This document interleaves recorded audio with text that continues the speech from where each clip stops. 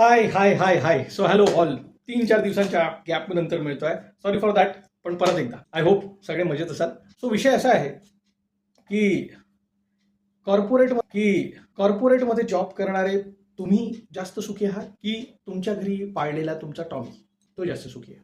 काय वाटतं तुम्हाला? मला असं वाटतं 90% लोकांचं उत्तर हे येईल की नाही बॉस, टॉमी जास्त सुखी आहे. कसा? तर कसं आहे ना, तुम्हाला जसं वर्षाच्या शेवटी अप्रेझलसाठी दोन्ही गोष्टी कराव्या लागतात. म्हणजे एवढं करून जमणार नाही तुम्हाला. याच्यासोबत अजून बॉसच्या मागे मागे मागे मागे आणि ते काय म्हणतो आपण त्याला, खूप चांगला शब्द आहे त्याला, चाटुगिरी, तेही करावं लागतं तुम्हाला.